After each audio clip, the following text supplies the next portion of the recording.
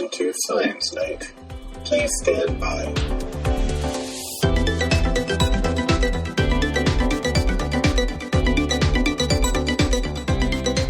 Welcome back to another edition of the Science Night podcast. My name is James, and with me, as always, is Steffi. Hey. And Jason. Hello. Tonight, we're talking about oceans of open data, malleable metal, and creepy crawlers. In the second half, we'll feature my conversation with Dr. Andre Isaacs, an associate professor of organic chemistry at Holy Cross University. But first, the news. Data is something that people engaging in science tell me is important. They can't get enough of the stuff. And in an era where most of us carry a mini supercomputer with loads of sensors and apps to categorize and share that precious, precious data, scientists are coming up against a problem that seemed inconceivable just 50 years ago. They have too much dang data. In an article for Popular Science, Charlotte Hu covers the current trend towards giant open data sets and the things scientists and companies are coming up with to process them. So what do we think about these oceans of open data sources? Absolutely awesome. Think about how quickly we were able to develop vaccines for COVID. Yeah. Yes. That is all based on the backs of these open science platforms, and that is fantastic. We were able to solve a major public health quickly in a speed that's never been done before because scientists were sharing. I've never used really sensitive data. The stuff that I collect, the data that I collect for my work is not as guarded as perhaps Steffi's might be, because it's not as competitive of a research enterprise that I'm involved in. I saw Steffi nodding her head here because these open platforms are amazing. So how does this affect your work, Steffi? That is a great question. So, I mean, academia, you hear the publish or perish, right? So that method historically has led to people hoarding data because you're trying to be the first person to publish these observations. We're actually switching more to open source and open knowledge. It's part of in our contracts with Department of Energy, actually, publicly funded. So I think definitely we should be sharing everything. So we're switching more to open data, open codes, which is great. There's communities of people that are offering up codes and helping each other out. And I think that really speaks to acknowledging when you're more open, you can actually advance things a lot faster. Like Jason mentioned, COVID and fusion energy. So I love this trend. It's accelerating things faster. With this iNaturalist, it's allowing people to be citizen scientists and collect data and provide these large open data sets. And it's pretty amazing. I actually found the iNaturalist forum online where they document all of the publications by year that use the data set from this app. And these are things like tracking. I'm just reading off a couple of things that I've seen. Fewer butterflies seen by community scientists across warming and drying landscapes of American West. New species that have been identified. Also, if they're broadening their species or animals are in new areas or expanding due to climate change or other, interactions as well. This is new science that can be done because of this. Have you used the iNaturalist app at all? I did. I used it in my office on fake plants, so I identified the fake flowers. It does not work on Lego flowers, though. So. That's good to know. Yeah. So I've been actually an iNaturalist user for several years now, which is just randomly popped up on, as one of the things we're going to talk about this week. And and I got very excited because we've mapped our entire yard here, and we've mapped the entire yard at my mother-in-law's house in St. Louis. And it's because I've always been terrible at plant identification anyway. And my youngest has always had a green thumb. He's always loved flowers and plants. And so he used to ask me, what is this? What is this? And I was terrible, right? So I found it. It was an NSF funded broader impact actually of a grant. So the NSF has these 2 merit review criteria that are used to judge whether or not something's going to get funded through the NSF. First is the intellectual merit. How important is the problem that's being solved and the approach to solving it? Is there high intellectual merit? Is there a good reason to do this work? But the second and equally important criterion is what are the broader impacts of this work for society? And this was a broader impacts from a grant. The development of iNaturalist was the broader impacts from a grant, or at least part of it, that was funded to start the citizen science sort of revolution in a new way, right? And so we downloaded this. I found out about it several years ago. I kind of don't even know how many years ago it was. And we've been messing around with it at my house. It became really useful early on in the pandemic when we would go out far away from our house just to wander in the woods because there wasn't much else to do. But we always had to get our kids up and moving and out of the house because we wanted to make sure that, they were staying active and all that stuff. So we would take our devices and we would just map all the species we could. And it would be good for, a good 2 hours and, of entertainment. And then it was, okay, we'll go back home. And I love the fact that all of those data are now shared in this big, giant repository that's actually hosted by Amazon Warehouse Services, right? Web Services, that's what it is, right? Web Services. So, which is amazing, right? I mean, there are a few computers that can handle this vast amount of data, and Amazon is one of those places. I think maybe the actual story in what you're talking about is that this boom in data came from parents that were struck with having 24/7 care requirements during the pandemic, just finding anything to do to make bedtime easier. Like, yes, let's go out and move around for 2 to 3 hours and scout out our neighborhood. That's right. I mean, I think our household single-handedly caused this boom in data, right? And so, yeah. Do you have an acknowledgement on the papers? I don't need an acknowledgement. Although I bet my youngest would like one. I don't have a lot to say about iNaturalist because I'm literally downloading it now after hearing you two talk about it so cool. So nicely. Yeah. Well, I'm sure I'll have more to report later, but right now I don't have any iNaturalist stories. But I do have some open source stories just generally because I am not a scientist. I am a science communicator. And one of the things that is really useful is the field that I'm most closely associated with, being anatomy and biological anthropology, slowly getting pulled into the open source area of science and having a lot of 3D scans, like high resolution 3D scans of fossils up on something called Morphosource, which is really great because all you need is a 3D printer and you can have these really great fossil things that you can take to your science communication events with little kids. And they love to see 3D printed out fossils of Homo naledi, which I can do right now. That's amazing. It's true. Yeah, that's a very new thing in biological anthropology specifically, where fossils are guarded very closely. Yeah, it's pretty crazy. People like Lee Berger are trying to change that. Lee Berger and Jerry DeSilva, friend of the show currently and potential future friend of the show. Please come on our show, Lee. Yeah, we'll get Lee Berger to come on the show. We'll start the campaign now. I thought that was an interesting part of the article too, is because there are these huge open data sets. We have to have like new fields that pop up to curate them and use them and make the information more meaningful. And I never really thought about it, but my inbox is always getting bombarded with new data visualization workshops. Bioinformatics has become a really popular degree track in most universities. So all of this is popping up because we have so much information now. We are truly in the information age. Yeah. So this is using machine learning. So this is a way that you can look at big data sets to look for statistical relationships in the data to actually infer something or predict things. And so I think that's fascinating that they're allowing that this is, bleeding into this field as well.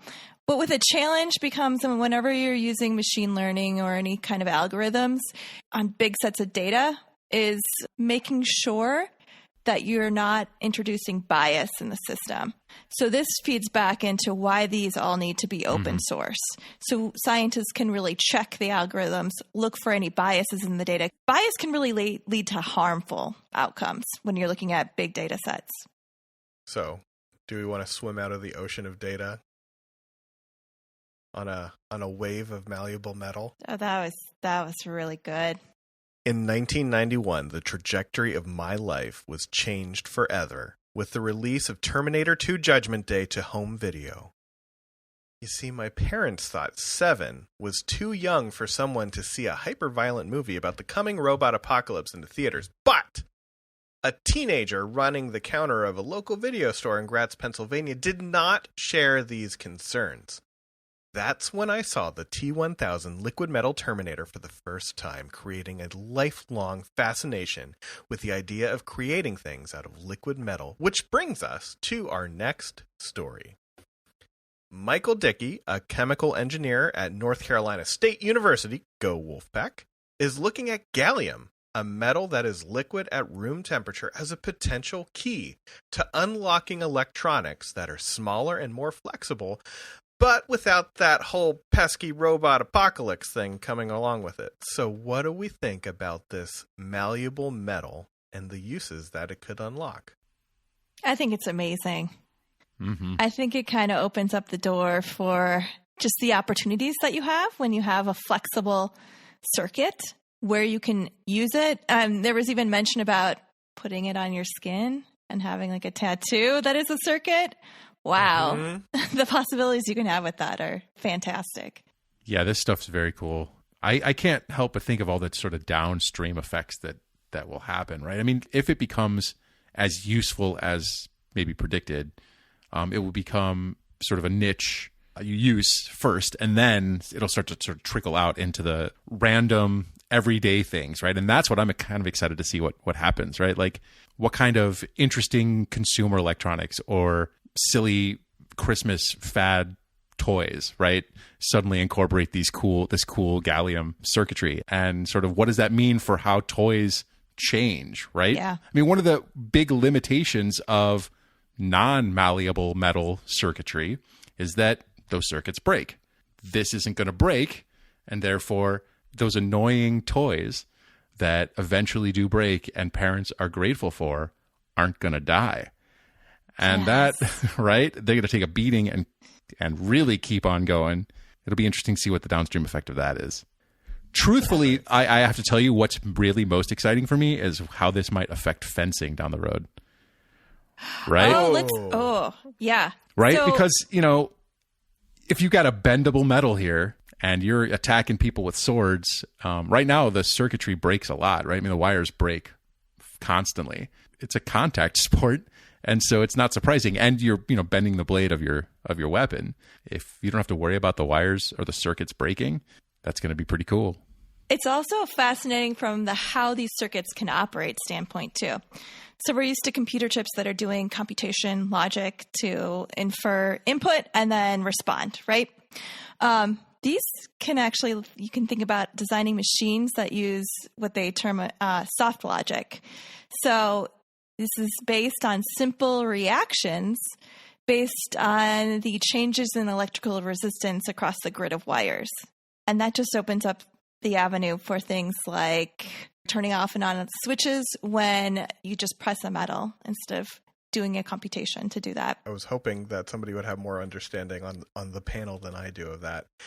Is the thought that would make it more fine-tunable? Would it make it quicker? Would it do all of these things? Or would it just... Simpler? Yeah. Okay, so you have to have less computational power for these simple exercises. That's my take on it, yeah, because it's just looking at the change in resistance in the wires instead of going through computer chips and processing. So what I'm most excited about is how this will affect gaming. They didn't talk about how it would affect gaming, but I'm sure it's going to somehow. The video game industry is a huge profit thing, and it is driving tons of innovation in tech. So there's going to be some kind of cool liquid metal power glove that you can use to play Mario Kart with, and I can't wait. We're getting closer and closer to the Oasis, is what it is. Yeah, I was thinking Ready Player One too. Yeah, I hope so, and I hope we stay away from something like Sword Art Online and we go into the Ready Player One, because that was way cooler. We can bring up the fact that the gallium is used, right? So historically, gallium has had a bad reputation, partly due to its association with mercury, and partly because it's considered a negative attribute that this sort of metal has an oxide layer that forms over it. So they're wondering, how can you actually use this in circuitry? But actually, the oxide layer is an advantage for gallium because that allows this metal to hold its shape. So then you can do things like tiny little drops of gallium stacked on top of one another, and then you can drag it along the surface, leave a thin trail of oxide that can be used as a circuit. So taking what people thought was a disadvantage and turning it on its head to actually make this possible. Could you make a robot that could kind of slide through a broken car window, for instance, just thinking off the top of my head first, and then like kind of be in the passenger seat next to you while wearing an LAPD costume? Right. I think that's the key right there. It has to be wearing an LAPD costume. Yeah. Like SFPD or something like that. Right. It's got to be true to form here. So, that's right. So Steffi, is this possible? I mean, the future possibilities are endless. My old boss Walt Disney once said, if you can dream it, you can do it. With malleable metal. Yeah, well, they often cut out that part. And that was when he was getting towards old age and just talking a bunch of crap. You're like, old Walt's got a little gallium poisoning again. Let's just cut off his words. If you've listened to the podcast before, you know that we often delve into some of the weirder stories in science. Things that are especially creepy or create a feeling of existential dread are like right in our wheelhouse. What you probably don't know is that these stories are put on the dock almost exclusively by me, James, your host. Maybe I've been spending too much time recording stories from pulp, from beyond the veil. However, our final story was first pitched by Steffi, who I'm assuming hasn't slept since. I have not.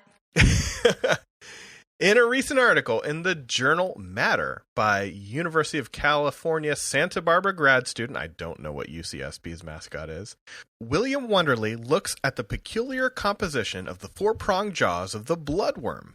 The fact that they're reinforced with copper is unique and probably the least troubling fact about this annelid that can invert its digestive system, allowing it to project a hollow chamber at its would-be prey, pulling them toward their venomous maw that, due to copper reinforcement, can punch through things as hard as a mollusk shell with venom that is potent enough to cause a serious reaction in humans. So just a trifecta of terrible, terrible things within this tiny little bloodworm, which I've held in my hand before. I didn't realize that I was staring death in the face at the time. No. Yeah. And, these are often used for fishing. And I think, didn't they go to like a bloodworm emporium in Maine for some of their things? It's Bloodworm Depot? Bloodworm Depot. Yes, sorry. Bloodworm Emporium is their crosstown rival. No, it's Depot Bloodworm. I can't. Is there a subreddit in Maine on this? Probably. Which is better? Bloodworm Depot or Depot Bloodworm?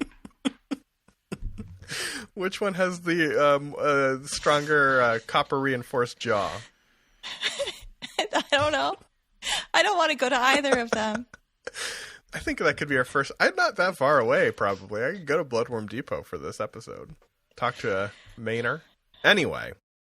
Oh, can you please? What do we think about these miniaturized, nightmare-fueled annelids that apparently catch trout and could also create a serious allergic reaction in humans when they bite our hands with their copper-reinforced jaws?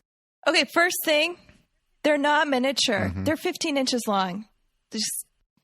So I was comparing them to, that's the other thing I didn't talk about in the intro. They talk about Dune a lot in this article. So I was comparing them to the Dune sandworms as far as my size scale. These things are awesome. They really are awesome. I mean, one of the original sense of the word. They inspire awe. For sure.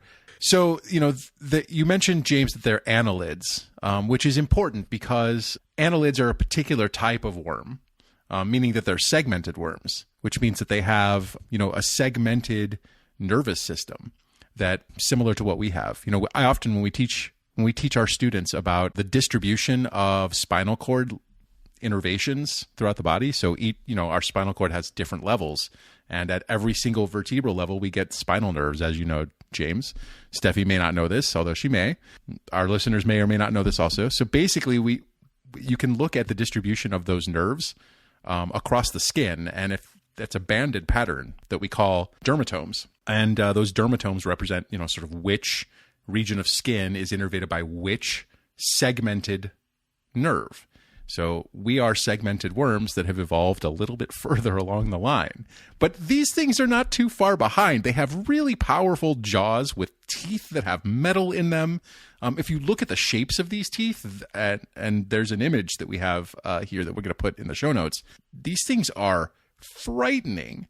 And there's not just one of them. Right, it does look like a weapon. It looks like an eagle talon, right? It looks razor sharp, but there's also a really strong shearing crest on this tooth, which means it's probably razor sharp. It's frightening, and they're not that far behind where we are in the grand scheme of things. They have a really well developed circulatory system, a really well developed digestive system. They have excretory organs. I mean, they're not that far away from the way that we are structured, and that's terrifying. And we haven't even talked about their proboscis, right? Yeah, so I kind of touched on that. That is the thing that can shoot out by inverting their digestive system. And that's correct. Latch onto prey. Right, and it's called an eversed proboscis, right?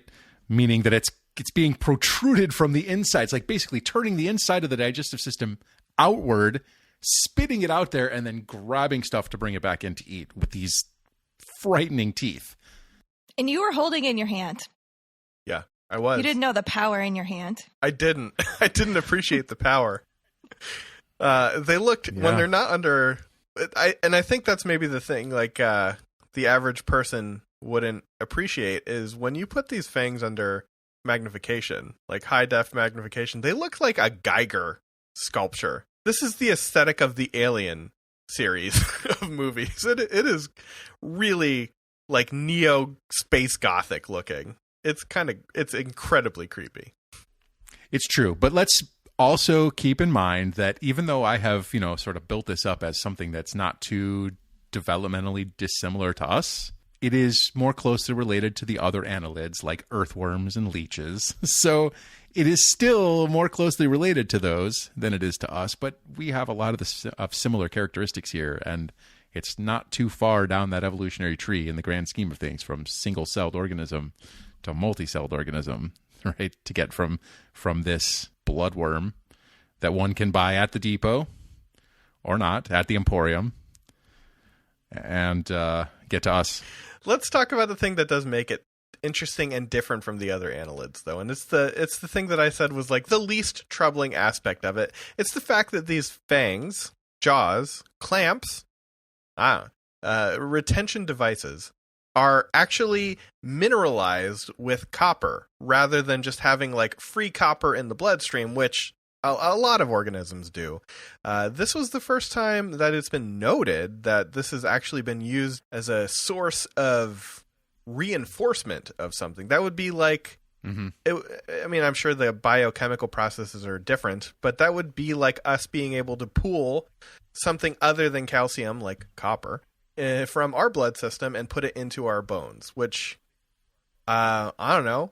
Jason, you were talking about how we're not that different after all. Is there a way that we could figure out to do this? Maybe not with copper, but with other free minerals that are floating around the bloodstream. Maybe we have an osteoporosis treatment right here in this bloodworm. I'm just thinking of things that aren't nightmare fuel to talk about with these worms. I mean, I don't even think we need to go that far down the trackway here, right? I mean, we've got caps on our teeth that we already do, right? It's literally the same thing, except instead of using copper, we're using something else, right? Gold, silver, various other things. I don't know what they use in fillings anymore, but it's probably not gold or silver.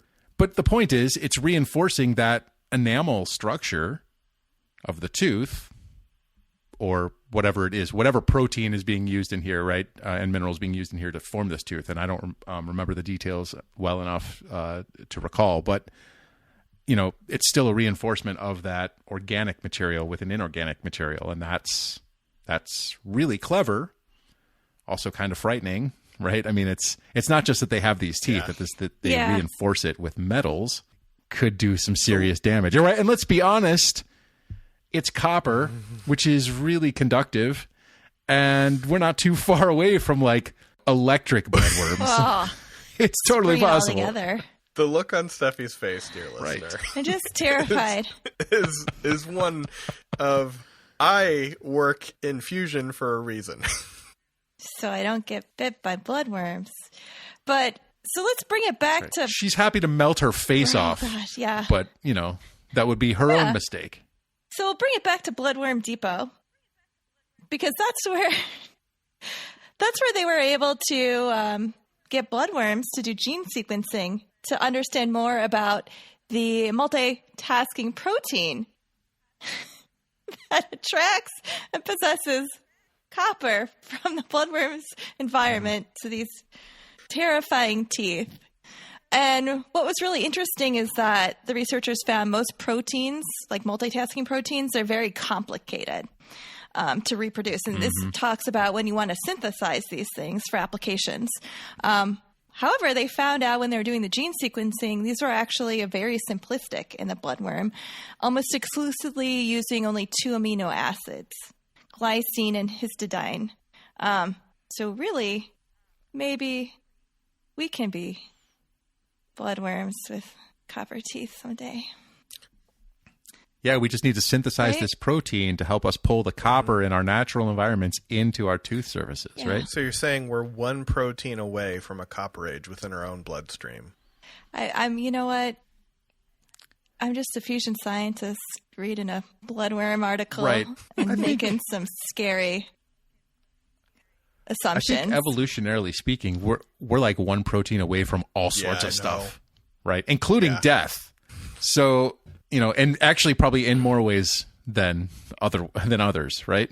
So yeah, we're always one protein away from something.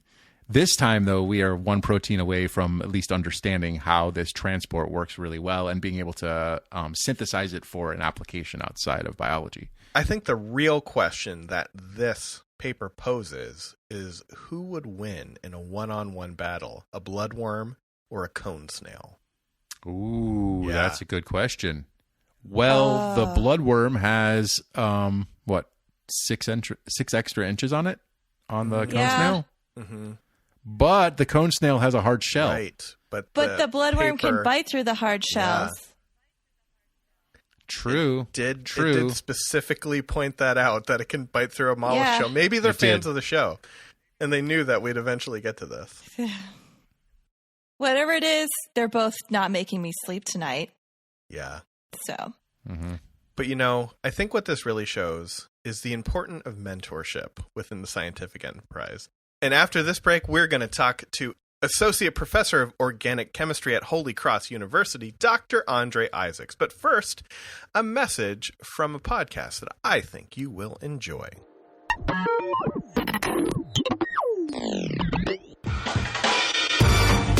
Hi, I'm Matt. And I'm Phil. And together, we host the History's B-Side podcast. History is full of amazing stories and memorable people. But we don't care about them. Every week, we break down history's biggest stories and the forgotten people who made them happen. We're not historians. We're just two guys who enjoy a great story and plenty of laughs. Find us on Apple Podcasts, Spotify, Amazon Music, and more. Or follow at History's B-Side on Facebook, Twitter, Instagram, and YouTube. This is History's B-Side.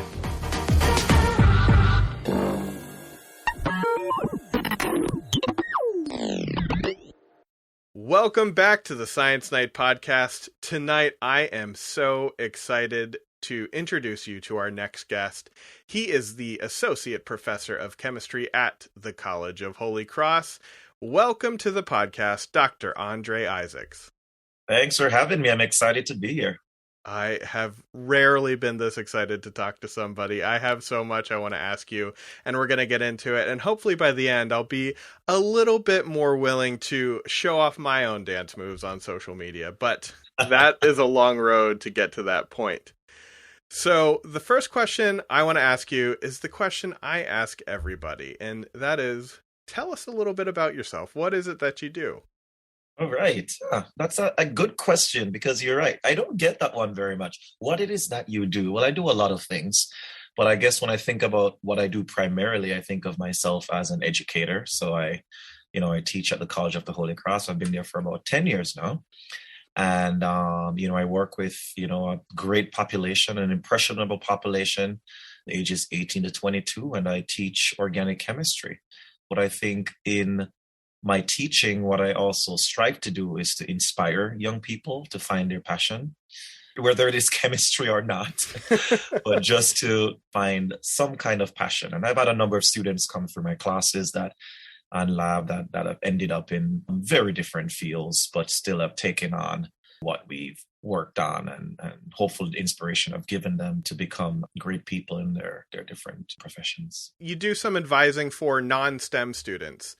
And oh, yes. I think that's so interesting because I am so far away from that part of undergraduate studies that I forget that there are non-STEM students sometimes. So tell me a little bit about that relationship where you're talking to somebody that is very different from what you're doing in your day-to-day with maybe your lab students. Yeah. So, what's kind of cool about teaching at a liberal arts college, at least our college, is that embedded in our responsibility is advising students who are freshmen, sophomores, until they decide on a major, right? And when they do, they are transitioned to an advisor in that department. So I've had that experience, and I currently do have that experience on a larger scale, which is I signed up to be one of the first year advisors where I exclusively advise freshmen. And so I have a few others in the major as well, but I am one of the dedicated first year advisors. And so that's kind of a formal way through which I work with a lot of non-chemistry majors or STEM majors. And those relationships, they build, many want to keep, they're like, can I not declare my major so I can work with you for another year? I'm like, you need to go to your department. We've decided you're going to major in English. So this will be the end of our formal academic advising relationship. But many of those remain informal after that. And we talk about their career goals, what their summer plans are. They'll ask me for letters and so forth. But the informal advising generally for me starts with students who seek me out for various reasons. A number will seek me out because they're like, there's a Black professor at the college and I feel like he would understand this issue, or he's an immigrant, he's queer. And so a lot of students will seek me out for, because they're comfortable, I would say, sharing their concerns with me, or because they just think I'm cool. And they're like, I want to talk to this guy. I think he might get it. So I have a number of students I work with informally. I advise the faculty advisor for a number of student groups. So club tennis, ballroom dance, the a cappella group Fools on the Hill. And so I get to know a lot of students who are not STEM majors. And, I choose to be advisor for those organizations because of my interest in those things. And so I'm building kind of a large list of students that I work with outside of my department.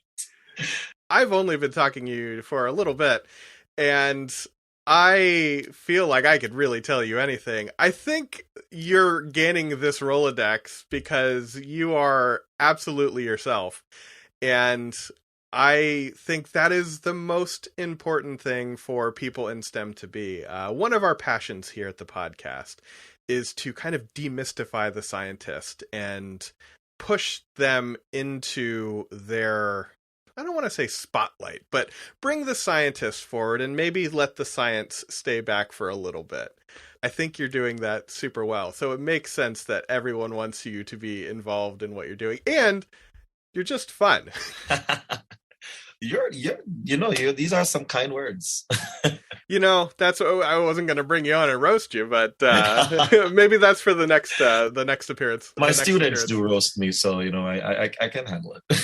Well, and I think that's part of it too. So you have chemistry students, and you have graduate students. You have your lab students, I should say, and there are times when sometimes that relationship could be a little bit more, I don't want to say tenuous. There's the times where you have to be a little more strict, but then there's also the opportunity for students to bring that levity back into that space.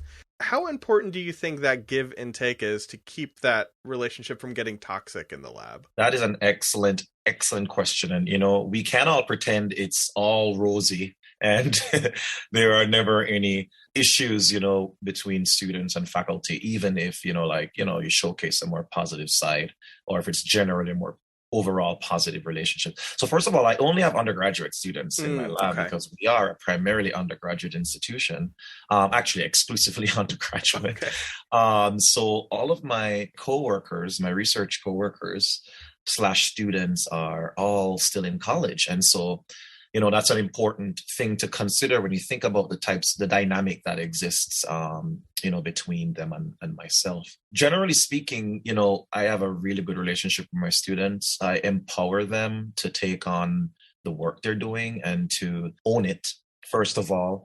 I empower them to seek me out when they have questions about the work they're doing.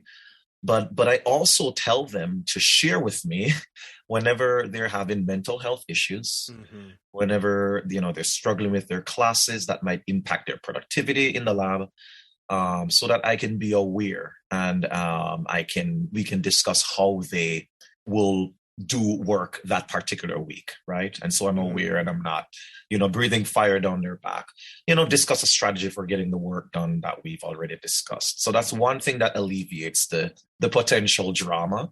But when it comes down to it, there are moments when I do have to talk to a student more seriously and say, we've talked about this and you're not pulling your weight, or, you haven't, been very careful with particular experiments, or, there might be a time when a student's becoming a little bit reckless in the lab. And so I think what happens for me is when I have these conversations, I try to preface it with my strong belief in the student, the fact that you're in the lab, you're doing work because I believe in you. And I typically tell them, I think you're underperforming and, you might want to think about what's affecting you currently in your life that might be causing you to not be doing the work you're doing. And I feel like that's a good way of addressing it. I allow them, I'm like, if there's something going on, share with me, let me know, we can talk about it. And that often kind of lowers the temperature in the room. And then we can have a productive conversation about how it is we can move forward. And for the vast majority of the time, they're going through something. They just didn't share. And so those conversations lead to us helping them work through whatever issues they might have. And then 10 minutes later, we're all smiling again. Yeah. So that's kind of my approach. Yeah. I feel like if we have a lot of PIs listening to this right now, I feel like that is the takeaway that you should have. You can have these serious conversations, and then you can bring it back to a level where we can be professional and productive and also have fun and not have these horror stories that we hear. I really wish I had a PI in undergrad that I could be like, I'm not having a great day. I don't think I would have came away feeling great about the conversation afterward, which is a whole different situation. And it's a situation that has gotten better as a kind of umbrella, but it's still something that needs to be worked on. Yeah. I also want to add one more thing I think that's important is to let students, because we all think we're perfect, right? Well, I don't think I'm perfect, but a lot of times as an advisor, I think we don't recognize that the ways in which we interact with students can change from day to day, and we can introduce some toxicity to the relationship. Sure. Through the things we do. Oftentimes you're having a bad day in another meeting and all of a sudden you take on a stronger tone, or you might snap at something you usually don't snap at, right? And students see this and they oftentimes are aware of these changes in your behavior or approach. And so I tell my students, I'm like, if I'm having one of those days, just ask me, like, are you okay? Yeah. I'm like, it goes both ways. And I empower them, like, well, am I being snappy? And they're like, yeah, you're kind of being snappy. I'm like, okay, I'm sorry. I need to tone it down a little bit. So I tell them, and let them know that if they are having a negative experience with me, they should also share that with me, because a lot of times we're not aware that we are the ones who are making the space toxic. Yeah. It really sounds like in your lab, you're more concerned with creating a team rather than having this little fiefdom in which you can rule over. Does that sound accurate? Yeah, I think happy students make happy and productive scientists, yeah. And it's in my best interest to have students who want to be there. And so I want. You're right. For me, it's a community. I want to build an environment, a community of practice, of scientific practice. One of the great things that I read about you earlier today was a quote where you talk about how failure is okay. And I've always said that failure is part of science, especially admitting that you failed. And that can be kind of difficult to do if you're an undergraduate and you want to make it seem like you're pulling your weight. So how do you convey the fact that failure is okay? Yeah, well, I tell them exactly. I tell them immediately. I say 90% of what you do over the next 2 years, your work in the lab will not work. Mm-hmm. I tell them that if anything, research is going to make them tougher and stronger to face challenges, and anything that doesn't go their way, they'll be able to, water off a duck's back, just like brush it off. It's something I tell them that failure is just as useful as success, right? And I think oftentimes when we hear speakers talk, scientists speak, they really don't talk a lot about their failures. And when they do talk about their failures, they only talk about it in the context of their eventual success in that area. Mm-hmm. Mm-hmm. Most times if a project isn't working and it's not successful, it doesn't make it onto the slides, right? Sure. We won't discuss that unless there's a rainbow at the end. And so I tell my students that, we don't have journals that publish negative results. And that kind of colors what we expect from ourselves. And so they know that I strongly believe that failure is a part of the process and that they should be happy with failing. I think they should learn from failing. And I said, whatever you've found, for example, if we're doing a reaction or trying to develop some conditions for a transformation, like whatever conditions you found to not work, will inform what we do next. Mm-hmm. And will, help us to figure out what we should try or what we shouldn't try. And so I try to tell them to look at it that way. And they seem to embrace that. Of course, it's not always good enough to build morale for students if everything they do just fails. So sometimes inevitably you might have to pull the plug on from a project or just switch them to something else or, go in the lab and do it with them. Like, I can't get it to work either. It's not you. So I've often done that.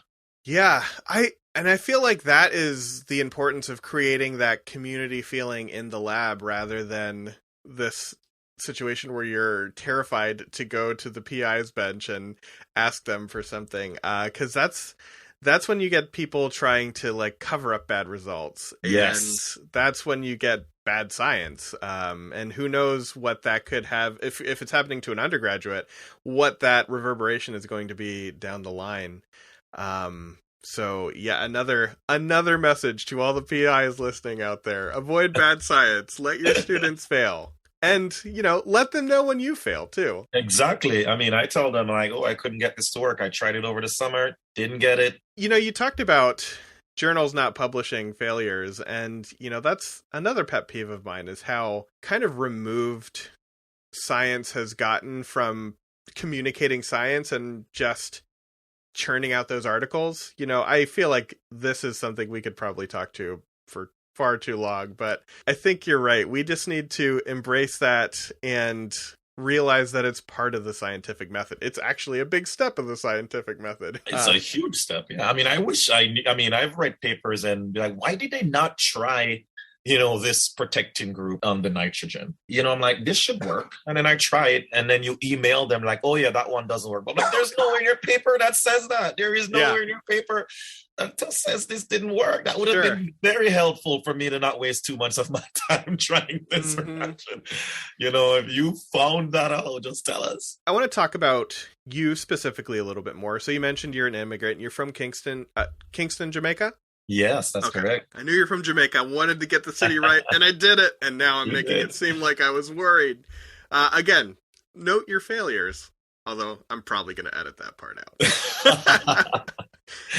I can see now that you take the mentorship part of your career now very seriously. There has to have been mentors along the way to get you to this point, to show you the importance of that relationship. Can you talk about that? Wow, you have some great questions, and the connections are really good. All right, so I think my first mentor going back to Jamaica was my uncle. He was inspirational to me in a way that I didn't recognize until years later. You can't be successful until someone believes in you. And oftentimes, many of our students and many of us don't realize it. We have someone in our corner. Many of us have our parents or relatives who believe in us, who will push us, who will do everything they can to help us succeed. But for me, my uncle was the first person who believed in me academically and showed me my worth in a way that no one had before. And so, he was helping me with my chemistry and my math homework. He was, telling me to set up a lab for him at his evening school. He's like, okay, you can be the lab supervisor today. I think you can set this up. You should go in here. And I was like, I am 17 years old. What are you talking about? He's like, you've done this. He's like, go set this up. We have this thing later tonight. I'll come and see where you're at and I'll help you. And there I was. And he's right. I saw his lab supervisor, who wasn't there that day, and he needed someone. I've seen her do all of this stuff before. I just thought that was something someone in a master's degree needed. And here I was, a 17-year-old, helping set up for a lab experiment. And I think that belief was really important. And the way in which he motivated me was just very brilliant and clever. He empowered me in ways that I just, didn't think I was capable of being empowered, for lack of a better phrase. Oh, yeah. But yeah, he was the first person to really be a great mentor and believed in me so much. So college was, I would say, where I had some other great mentors. I didn't think about going to graduate school. After college. I didn't even know I was going to go to college, first of all, thanks to my uncle who pushed me to go. And I didn't think I didn't know what I was going to do after college with a college degree. And so luckily I had two professors who really pushed me, and they're like, you are great. You should go to do a PhD. I said, little me? They're like, yes, you should. And so there I was, my PhD program. And the next person was my PhD advisor, who was so helpful when I came out and had some serious mental health issues. And he recognized that I wasn't performing in the way I used to perform. And he, sent me away to San Francisco and said, go for a month, work at this company with me, want a collaborator of mine for a month, get away from here, clear your head. And so that was another important mentor relationship that I had that really impacted me. And so there's a common theme here. They were all teachers. Yeah. Right. The people who had the most impact on me, not just professionally, but personally, the different stages of my life, were all educators, all people who were helping me learn the subject matter at hand. But yet still they were able to help me with my mental health issues. They were able to help me with believing in myself beyond the science I was doing. And so I really internalized all of that and really believe deeply that it is my role to pass that on and be that for my students as well. And so that's kind of where all that came from. That's such a great message and such a great gift that you are passing on to the students you have now. And I think the key thing that you talked about there are the teachers in your life that have made an impact. In science, especially when we talk to people at the big R1 universities where there's so much emphasis put on graduate student interactions, on churning out research, on getting published, and being productive in that way. Teaching is kind of a nuisance in some of those things. That's not my opinion. When I get to teach anybody in my lab, that's my favorite part of the day. And I'm not going to name names or even name initials, but I've heard that before, where you're kind of employed at these larger universities as a researcher. Yes. And what really drives me crazy is when those same people complain about undergraduates not knowing anything when they get out of those classes. Like, well, hold on a second. Can we wonder who's responsible? So I wonder if you could talk a little bit about your style of teaching and what you can kind of bring to the table. Where do I start? Oh my God, I do every and anything in my class. What don't I do? I'm crazy, first of all. I like to describe myself as an honorary Gen Zer.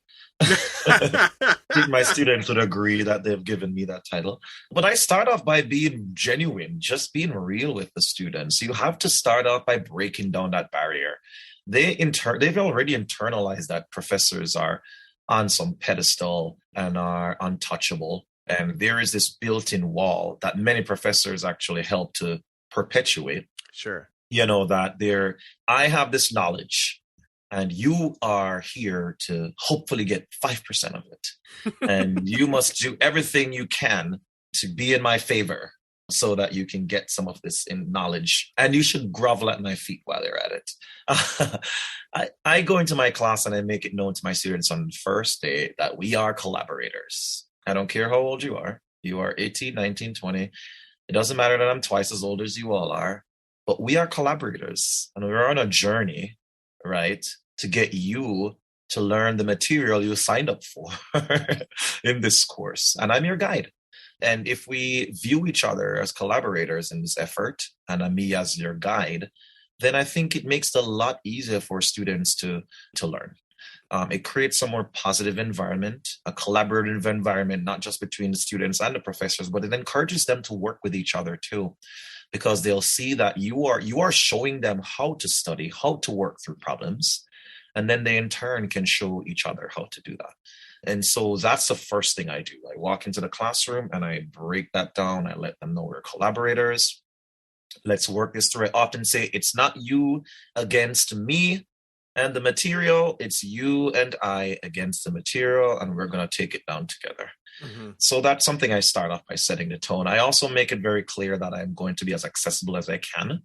I actually give them points if they come to office hours in the first week of classes, because they need to see that I am approachable, that they can come in, they can ask questions, and that's something they should make a part of a weekly tradition of theirs should be to come and see me to talk chemistry. I throw them at the board. I'm like, okay, try that problem. Like, ooh, all right. And we celebrate, or like, okay, well, we're going to come back next week, or let's schedule. I'm going to see you this time. Come by this time during office hours, and we're going to work through this particular type of problem. And so we kind of build that relationship and keep them interested in coming back and learning and working through the problems.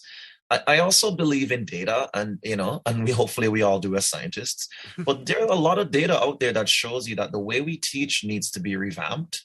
We're not teaching people in the 1950s.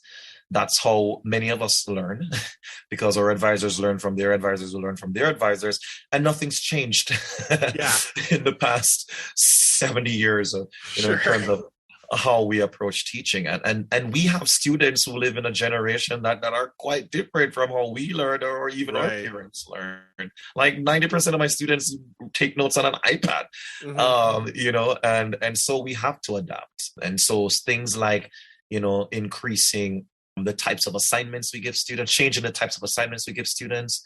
A lot of data that talks about retention of minorities in STEM, which is a problem. How increasing our course structure results in higher retention of minority students. So different types of assessments, quizzes, homework assignments, more frequent exams instead of the one big midterm that everybody just gets demoralized by. Spread it out, right, over the semester. Yeah, and so accessibility for office hours is one, and varied and increased types of assignments or types of evaluation is another. And so those are some that I'm sure there are more I'm not thinking of right now, but those are some of the things that I think are really critical to how I teach. I also try to inspire students with all of that. So you have to bring in ways that connect the material to their lives, right? So you can't just teach things in isolation. Like, it becomes too theoretical, right? And so I use resources as well There's one that I really like called Bacon. It's out of UCLA by Professor Neil Gard that fuses chemistry, biology, and pop culture together.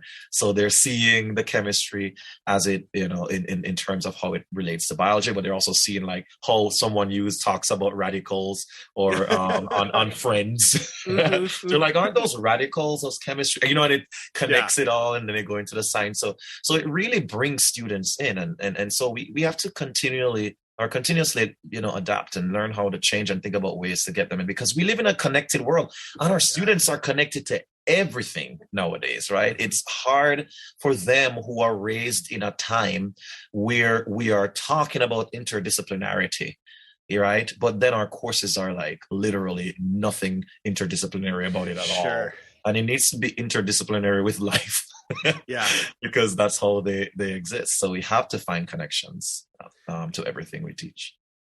That's what one of my other passions is, trying to de-silo as much as I can within the academy, within this podcast. It'd be really easy for me to open up my contacts list and have 36 anatomists lined up for the rest of this season of the podcast. That is not what we're going to do. And I think you find more interesting things. I mean, we make a more interesting podcast because we have planetary scientists and chemists and a lot of anatomists too. But, well, that's you got to go. Your connections are, That's right. But that follows through to the science too. One of the things that I point out to is the thing that I'm most closely related to is the study of human evolution. And once the field of biological anthropology started to play nice with the rest of science, that's when you see all these breakthroughs. And once they made it open sourced, you found even more information. And I feel like that's there's a lot of problems in that field that we're not going to talk about now, but I feel like that's a success, where if you bring more eyes to look at the thing, that creates a better product. And one of the things that you mentioned that is another huge issue is diversifying STEM, because when you bring in new eyes and new voices and new experiences, we all get so much more benefit. And it's easy for me to say that, looking the way I do and having the position that I do. But I think, having your students being able to see you and see you being your authentic self is really important to helping solve that problem. So that's not really a question. That's just me telling you you're doing great again. But if there's anything you want to add to that, the floor is yours. Yeah, no, you're very right. You summed it up really well. It makes me think of this 2015 Journal of Labor Economics paper that a bunch of people have cited. They did some work and they found, when they evaluated 2.5 million scientific papers, that the ones that were most cited or had the highest impact factors are the ones that had the most diverse co-authorships. Mm-hmm. So that's data for people who don't believe that diversity is actually critical to our overall productivity. But you're also right when you point out that we need different eyes to ask different questions. Mm-hmm. And diversity is one way we can find a different, viewpoint. Someone like, have we ever thought about doing this? Diverse people think about problems differently and ask different questions. And so you are right. One thing I always thought was about how, as a diverse person, oftentimes we are expected to pretty much assimilate, mm-hmm. And the lab culture can be very toxic. Sure. One that, as we like to say in organic chemistry, the synthesis jocks kind of take over the space and dominate with their cis male heterosexual toxicity. But we have to create spaces that invite people to use their diversity mm-hmm. for good. And so that's the next question. The next challenge is, how do advisors create a space that is clearly one that invites everyone to bring their best? Right. Yeah. Because, I think about the journals, and when they ask you to write, to review things, they're often saying, is this work innovative? Is it novel and you can't ask people to do novel and innovative work if they're not bringing their entire selves to the table. So one of the things I wanted to talk about on that topic of creating this environment, and we had to talk about it eventually, is your second career on TikTok. Second career. That's didn't realize it was a career. I guess maybe it is. I mean, if you're saying this is so easy that there's not a lot of time put into it, then you are even more talented than I've given you credit for already. So I'm not gonna lie and say that I've stumbled across you by reading this paper in a chemistry journal, because as an anatomist we try to forget chemistry exists. But your TikTok videos are incredible, and it also are these like 7 to 15 second snapshots of your relationship with your students. So did you use this platform to further a message, to just create a community? What brought you to TikTok? It's one word: the pandemic. Yeah.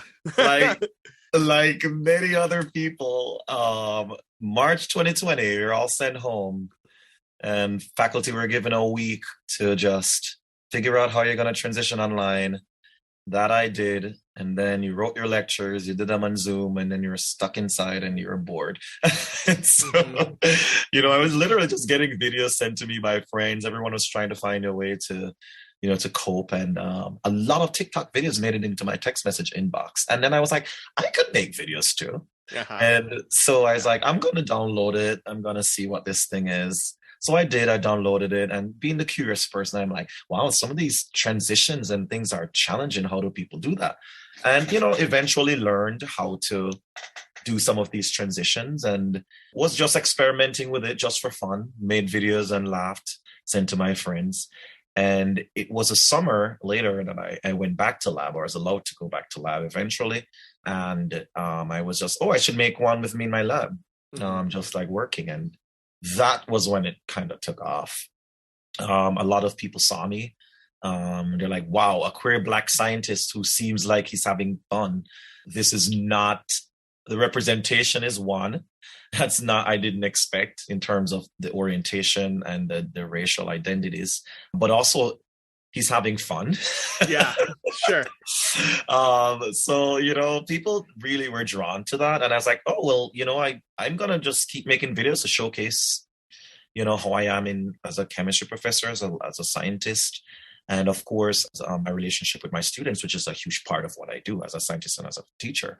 And so that's kind of where it started. And, I've gained a following since then. And I keep being authentic, by like making videos that I think represent me and my students, or interactions, what I stand for, and kind of will continue to do that. I'm finding that the real secret to your success, and maybe the secret to saving science as a whole, is authenticity. You've brought that out a couple times, and reading the things that you say and watching your videos, you are never anything other than yourself. And I think it is so important for people to see that, because, you talked about assimilation. It would be really easy for you to just fall into that as a pathway to success, but you've taken the harder, and I would assume more rewarding path in doing that. And I can imagine that it wasn't always easy. What were some of the things that you had to remind yourself to get you through those more difficult times? Yeah, I've struggled a lot with imposter syndrome. I mean, who doesn't? I still do. Every time I, have those moments where I feel less than, or the imposter syndrome comes back, I remind myself of my mentors who've made it clear to me that they believe in me. And that's usually what gets me through. I'm like, other people believe in you, other people believe in what you do. I've made an impact on a number of students who tell me that a lot. And so I have to remind myself, whenever I enter a dark place, that, there are people in the community who appreciate what I do, and that I have actually had an impact. And I want to continue to have an impact. So, we all have our moments, right? We all have times when, we go to a dark place, or, we just have too much on our plate that particular day, or certain challenges that push us into a darker place. And so I have to remind myself that I am worthy, I am doing good work, and there are people who appreciate that. Yeah. Such a beautiful energy to bring into that relationship with the students and pull that legacy of mentorship forward that brought you from, beautiful, sunny, tropical Kingston, Jamaica to Please don't remind me. equally beautiful and occasionally sunny couple weeks out of the year, Worcester, Massachusetts. Oh, let me tell you. I guess that's another question of just getting acclimatized to winter. That was probably interesting, huh? Oh, winter was. I remember living in Worcester the first time. It was tough. I was not accustomed to the food. I was like, where are the spices? Oh, yeah. Not accustomed to the snow. Was just too much. It was cute the first time. Okay, I'll tell you that much.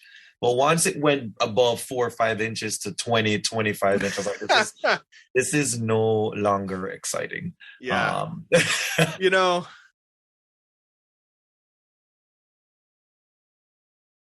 What food in Worcester in the wintertime, it gets very Caucasian very fast. Then I moved to Boston after I started working here. A year later, I was like, I'm moving to Boston. At least I'll be in a bigger city, so I commute to Worcester every day.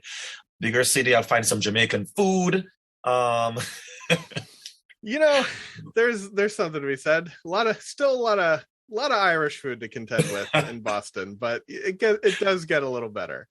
I'm saying this from Vermont, where if you put too much salt on something, you really get some looks your way. So I want to kind of finish up by asking you, you're very busy person. You give a lot of yourself to your students and to your career, and that comes across with everything you're saying. But I feel like with everybody who's able to give that much of themselves, they have to have found a way to avoid burnout and carve out that time for themselves. So have you been able to do that? And what are some tips that you can give some people? The answer is no. Do we ever figure out how to do that? We think we have, and we're like, it's really hard. And I think it's hardest for the people who care the most. I think the more you care about this type of work, the harder it is for you to step away. And I don't say that just from my own perspective, but I've talked to a number of other people who are really, really involved with students, and a lot of people involved in diversity, equity, inclusion work. And it's something they can't step away from, because they're like, well, who else is going to do this work? And how are my students going to survive if I don't be that person for them? However, I do make sure I can get enough sleep at night, and I still try to get away. So I try to take a few weeks off every year during the break. So summertime, few weeks off, winter time. Went to Florida this year for 3 weeks.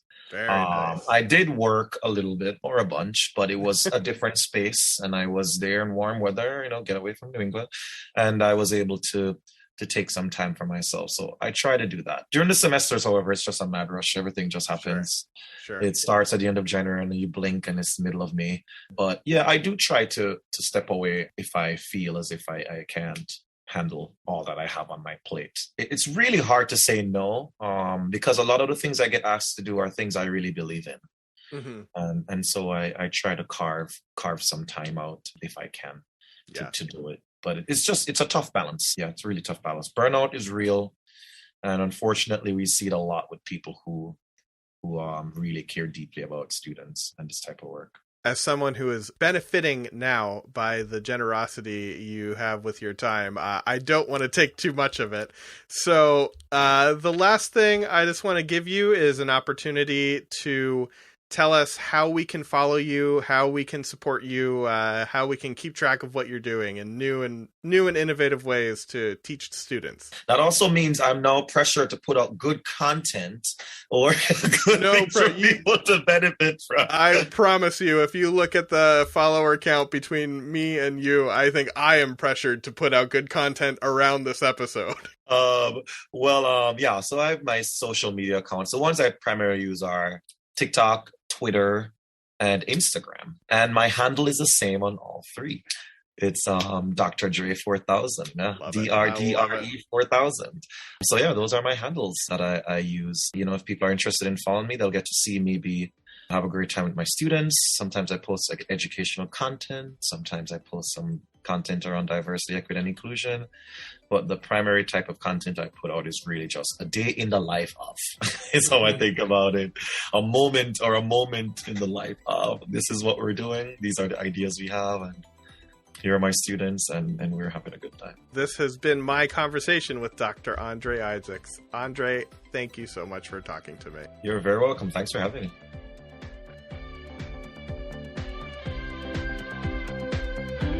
Thank you again to Andre for taking the time to talk to me. We will have links to everything he does at our website, and you definitely want to check out his TikTok account in the unlikely event that you're not already following him. You have come to the end of another episode of the Science Night podcast, but there is plenty more on the horizon, so be sure to follow us on social media.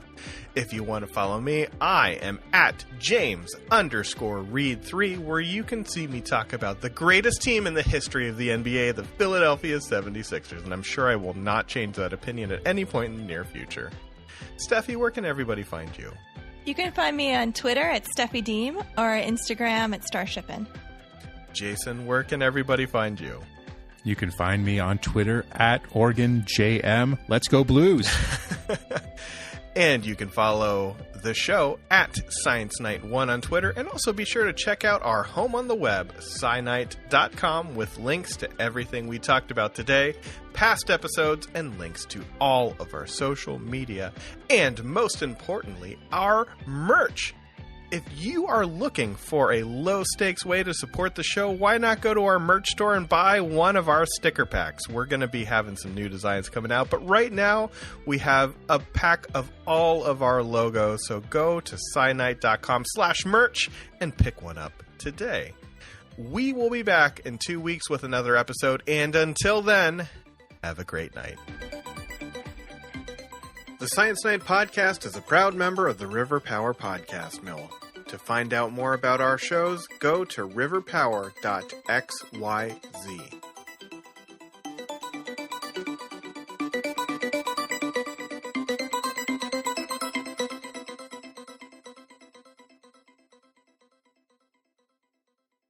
Data. Just kidding. Now I don't know which one you're saying. We're going with data because it's Star Trek. Yeah. It's Star Trek. When in doubt, Star Trek it. That Star Trek's out. Oh, God. There's the stinger.